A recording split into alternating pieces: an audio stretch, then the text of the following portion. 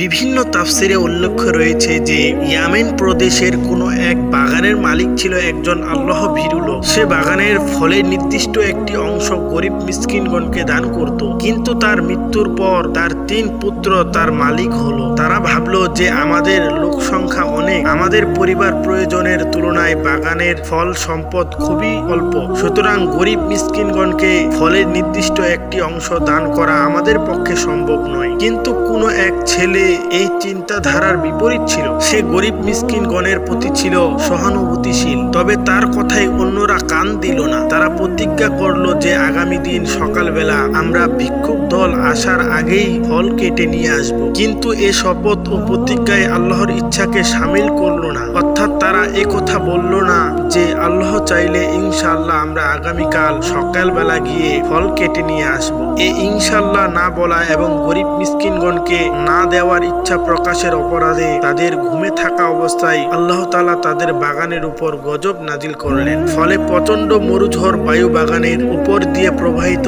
হয়ে বাগানের ফল সম্পূর্ণরূপে বিনাশ ও ধ্বংস করে ফেলল। তারা সকালবেলা ঘুম থেকে উঠে পরস্পর বলাবলি করতে লাগলো যে তোমরা ফল কাটতে চাইলে সকাল সকাল বাগানে চলো, ভিক্ষুকের দল ভিড় জমাবার আগেই ফল নিয়ে আসতে হবে। এরপর তারা সিদ্ধান্ত মোতাবেক খুব অহংকারী মনে সকালবেলা ফল কাটার জন্য রওনা হলো, আর পরস্পর চুপে চুপে বলাবলি করতে লাগলো, সাবধান, আজ যেন কোনো প্রকারে তোমাদের কাছে ভিক্ষুক দল ভিড় জমাতে না পারে। ভিক্ষুক দল আসার আগেই ফল নিয়ে আসতে হবে। ভিক্ষুক ও গরিবদেরকে তাড়িয়ে দেওয়ার মনোভাব নিয়ে তারা বাগানে পৌঁছালো। বাগানের বিনাশ ও ধ্বংসাত্মক দেখে তারা বলল, আমরা পথ ভুলে হয়তো অন্য কোনো বাগানে এসেছি, আমাদের বাগান তো এটা নয়, আমাদের বাগান কত সুন্দর সুজলা সুফলা। কিন্তু বাগানের চতুর্দিকে সীমানা ও আলামত দেখে তারা চেতনা ফিরে পেল। তাদের নিজেদের গর্ব, অহংকার ও আল্লাহর সাথে নাফরমানি করার কথা মনে হলো, আর বলল, আমাদের উপর আল্লাহর লানত এসেছে, আমাদেরকে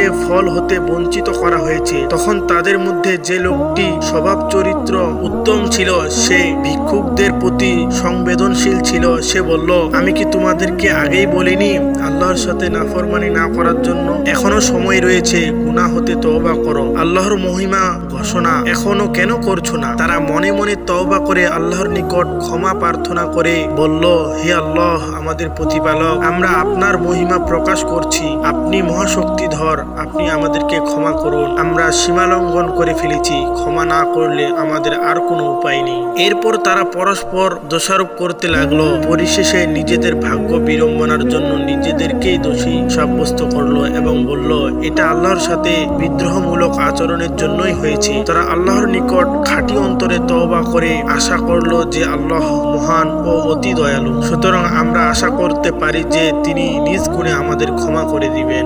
প্রিয় মুসলিম ভাই এবং বোনেরা, আমাদের এই ভিডিওটি দেখে যদি আপনাদের কিছু উপকার হয় তাহলে অবশ্যই চ্যানেলটি সাবস্ক্রাইব করে রাখবেন পরবর্তী ভিডিও পাওয়ার জন্য।